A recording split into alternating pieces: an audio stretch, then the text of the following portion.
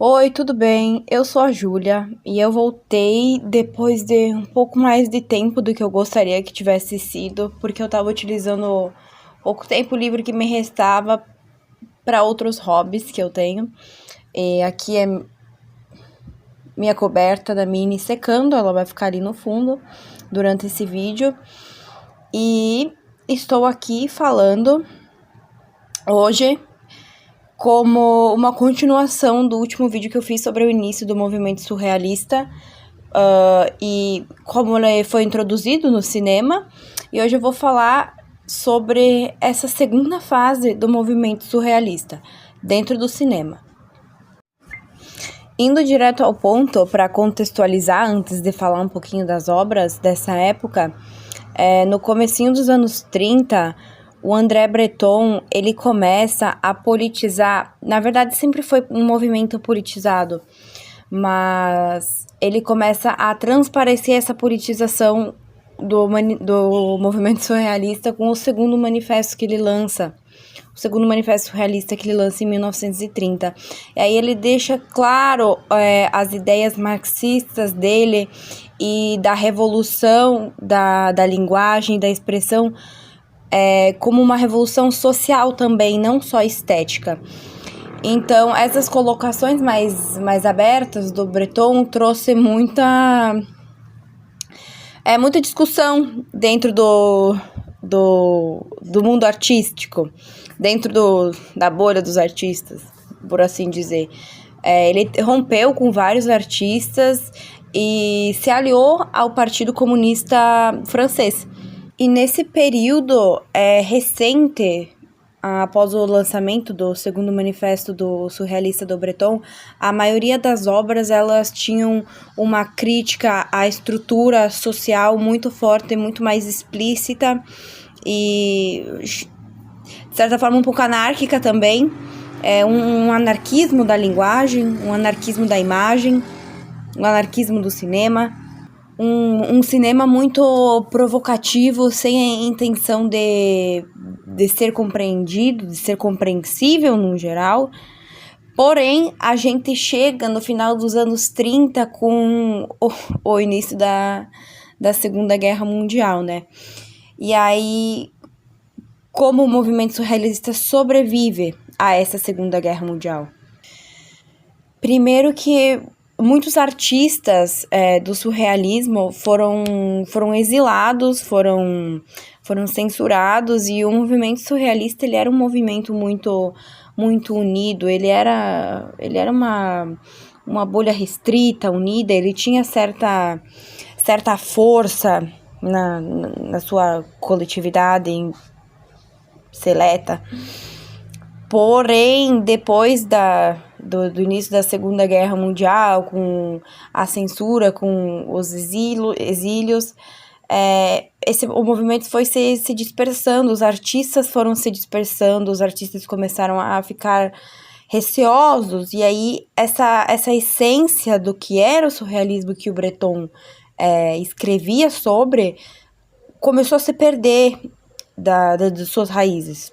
E o objetivo principal do surrealismo era essa provocação, era essa crítica, era essa imposição contra o sistema, e os artistas ficaram completamente impossibilitados de fazer isso.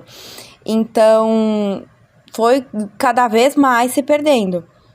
E aí, o que vira o cinema nessa época, no início dos anos 40, o que a gente sabe, o que é o pensamento popular do cinema dos anos 40, um cinema extremamente pautado no realismo, um cinema muito político, principalmente nos Estados Unidos e na Alemanha, um cinema muito politizado, um cinema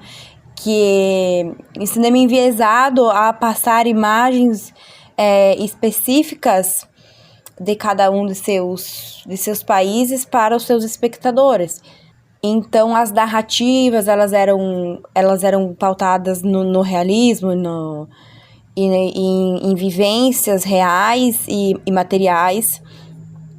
E dessa forma, ele vai perdendo espaço no cinema, o que causa, para alguns artistas, não só do cinema, causa um certo desânimo, um desprendimento desse movimento, uma escolha de se desprender do movimento surrealista por desânimo, não acho que essa seja a palavra certa, mas esses artistas, eles perdem, eles não veem mais sentido nessa ruptura simbólica diante da realidade, da crueza do que está acontecendo ao redor do mundo na época.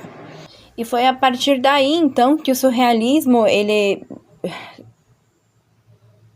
termina como um movimento organizado e ele passa mais a ser mais parecido com o que a gente encontra hoje, que é uma forma de linguagem.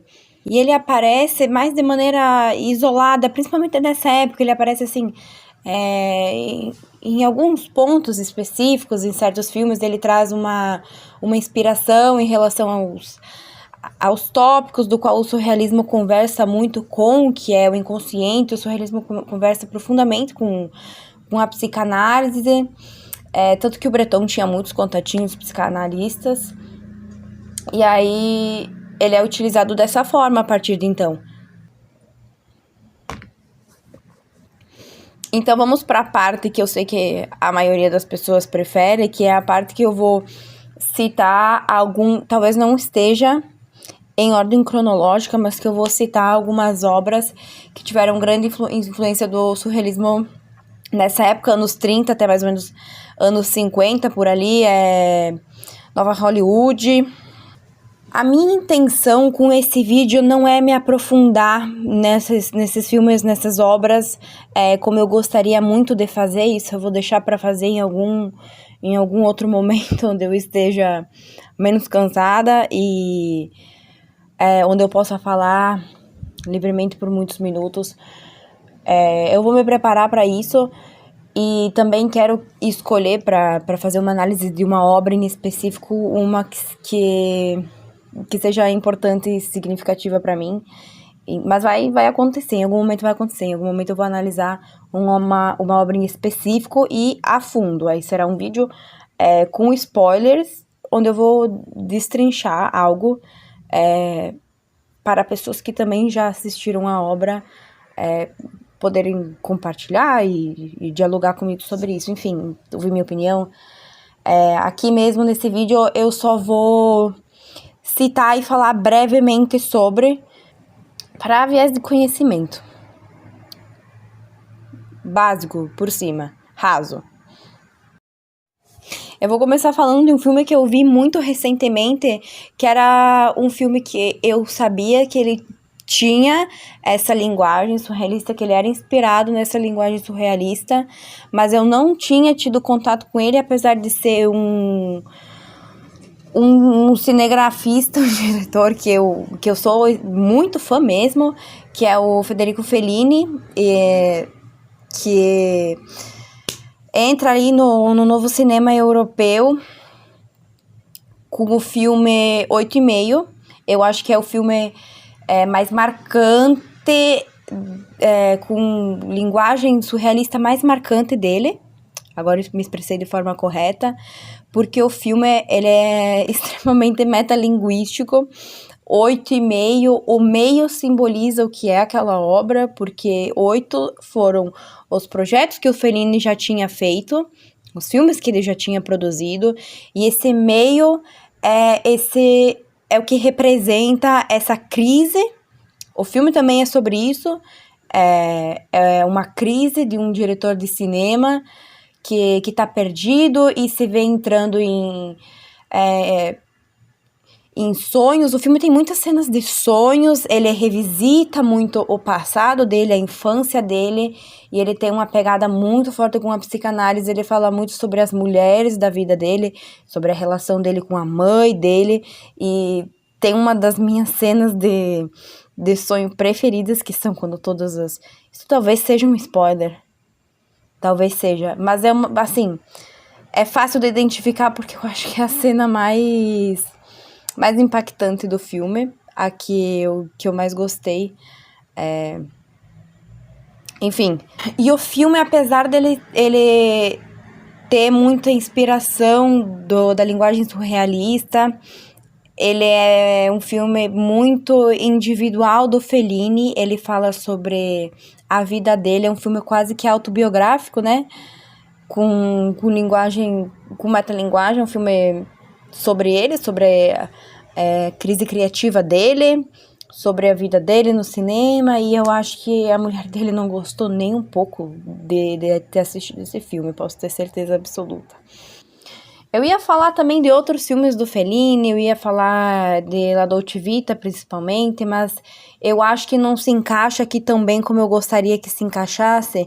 Então vamos falar de outro diretor europeu, esse também extremamente ligado com a psicanálise, com a metalinguagem, que é o nosso querido, nosso amado Bergman, Ingmar Bergman, que tem um catálogo de filmes do qual eu posso citar, com forte influência do surrealismo. E eu separei, deixa eu ver quantos filmes eu separei dele para falar sobre. 4 filmes,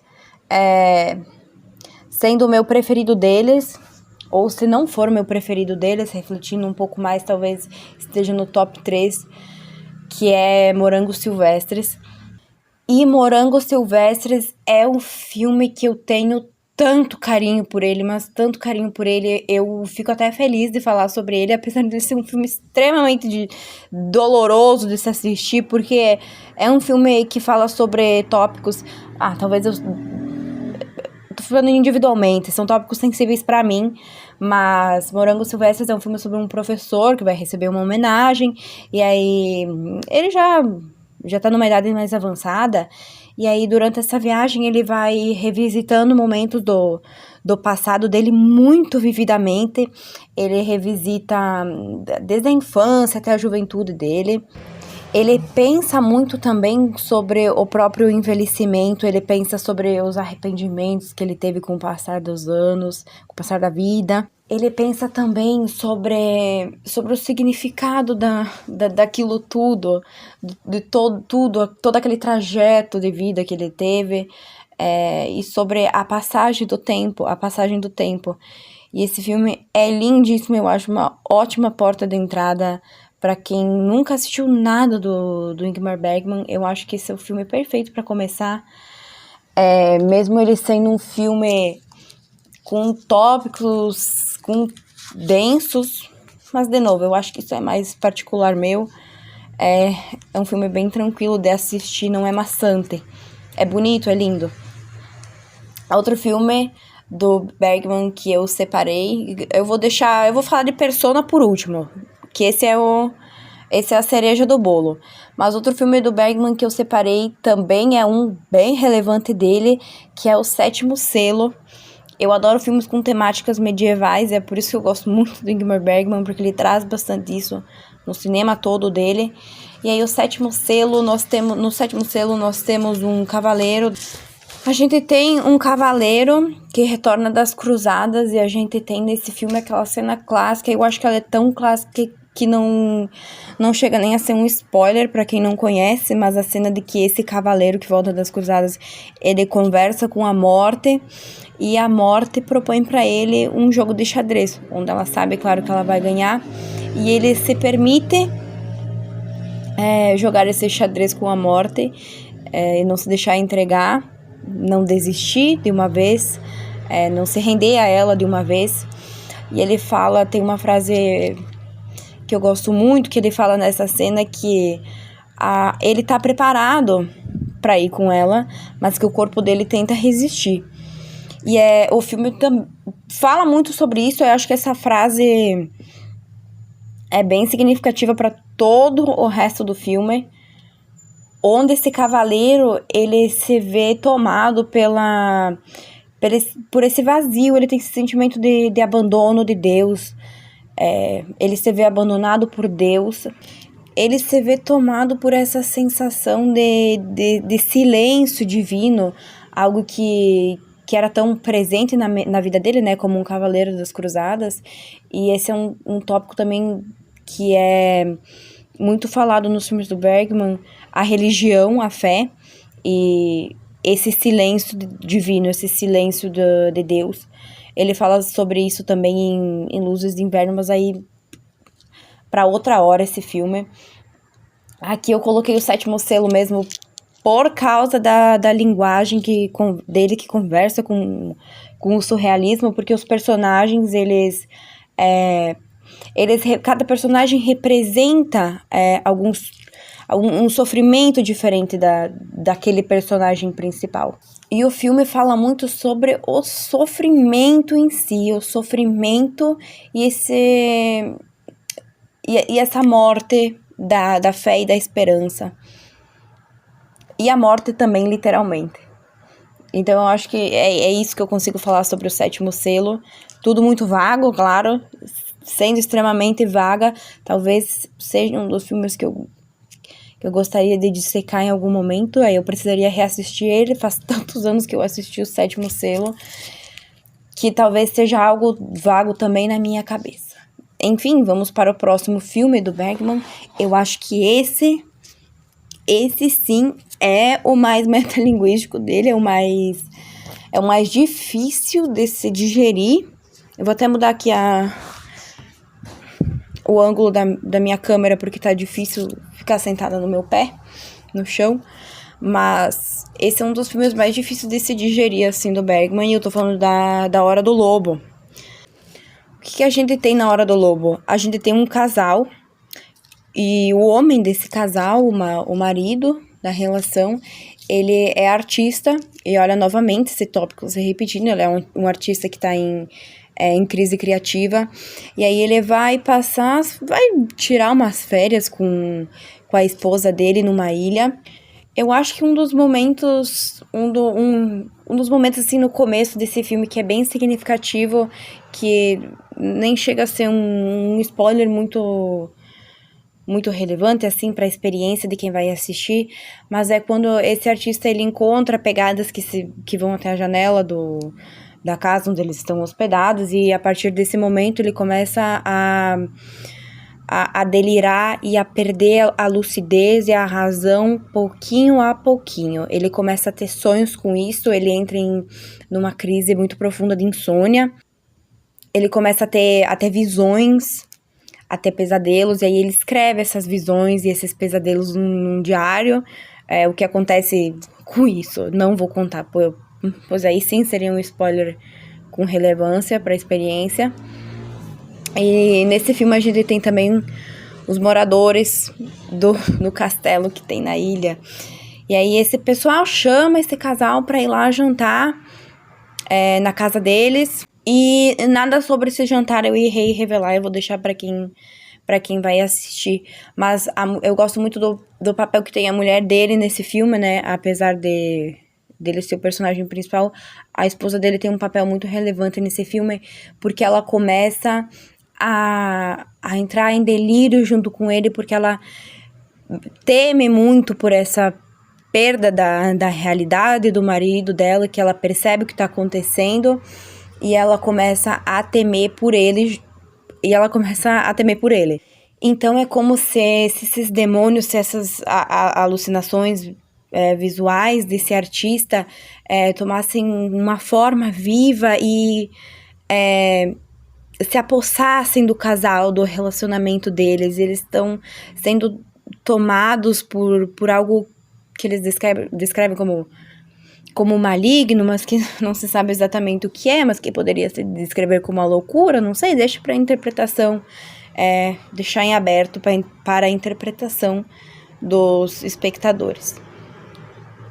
E agora vamos falar, mas eu vou falar bem pouco, vamos falar sobre Persona. Persona, um filme sobre uma mulher que passa por uma crise emocional muito forte, e depois dessa crise ela para completamente de falar.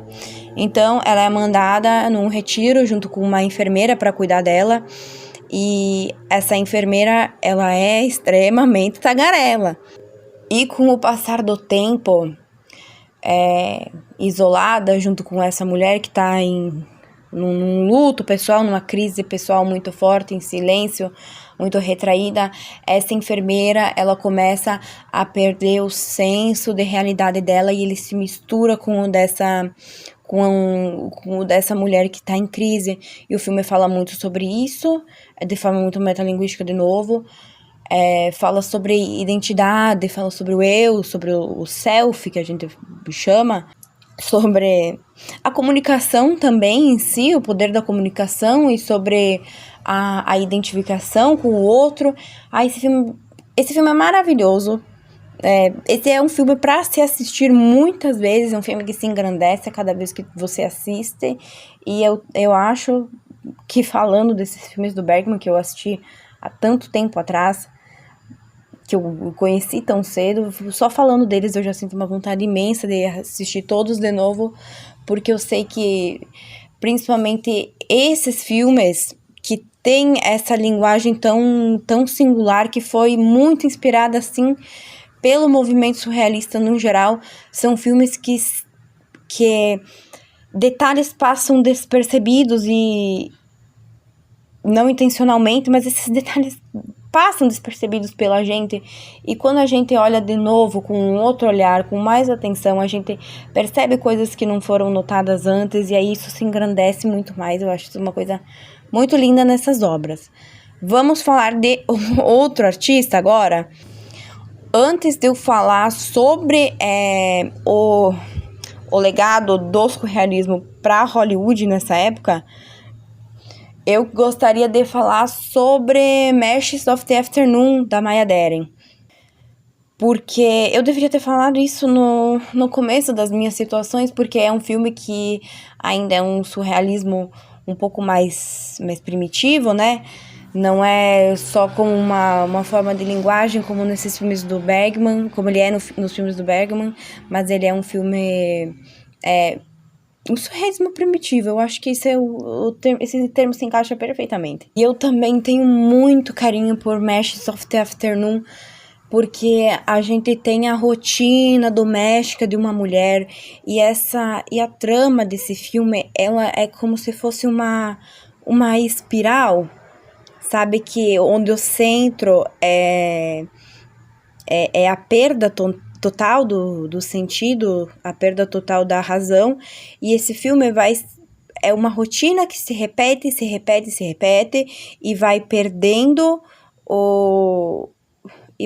a sua razão ao longo dessas repetições.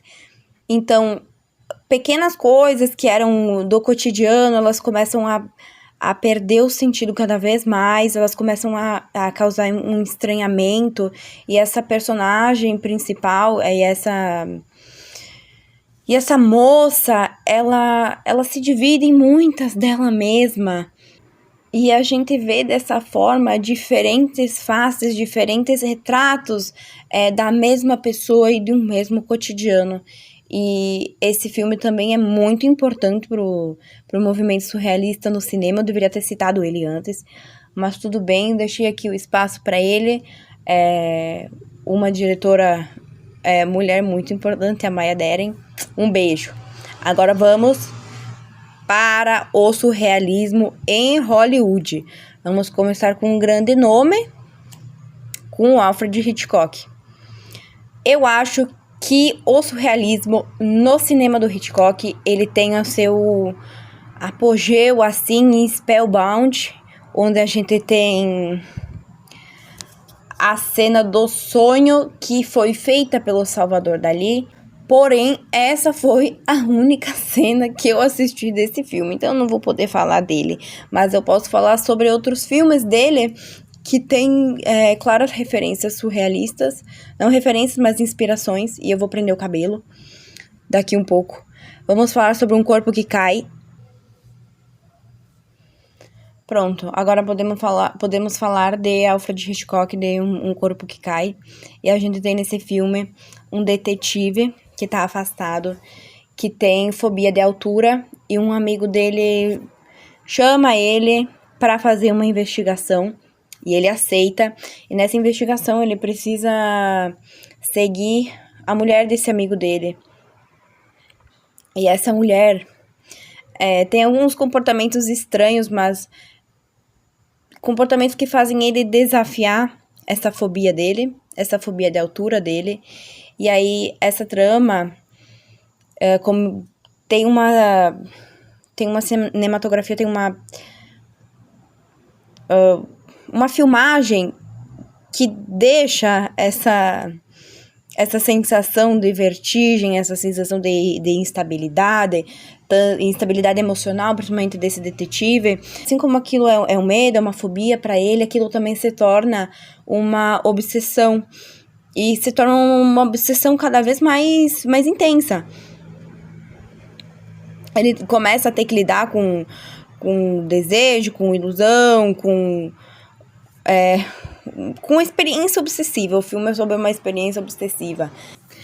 E já puxando um gancho dessa instabilidade emocional, dessa insanidade dentro do cinema do Hitchcock, a gente tem o grandioso Psycho, com o Norman Bates, que cuida do nosso hotel de beira de estrada, e a gente vai ter essa mulher que vai entrar nesse hotel, se hospedar lá, e a princípio o Norman Bates, ele é só um cuidador muito reservado, muito tímido, muito discreto. E o filme vai criando uma atmosfera de suspense psicológico, vai entrando nessa dualidade da mente do Norman Bates, cada vez mais progressivamente. E o final desse filme, eu sou maluca, eu adoro o final desse filme, mas não vou falar dele. A gente vê como a personalidade dele tá dividida, e essa divisão causou uma abertura para a repressão que ele faz em si mesmo, para a culpa entrarem. E assim tira as conclusões quem for assistir esse filme, apesar que eu acho que o enredo dele é muito conhecido, as cenas principais são muito conhecidas, mas vale a pena ter a experiência de assistir, porque é isso que diferencia esses filmes que têm forte influência do surrealismo de outros que são mais realistas na sua forma de linguagem. É a experiência de assistir a ele, não só a mensagem que ele passa, não só a história que ele tem a contar, mas a experiência no geral. Para mim encerrar esse filme, que se estendeu muito mais do que era para ter se estendido, eu vou falar de um que já tá mais afastado do surrealismo primitivo, já tá bem distante da Meyerbeer, já tá bem distante do Buñuel, mas que é um filme muito famoso, que tem muitas influências do surrealismo, na maneira como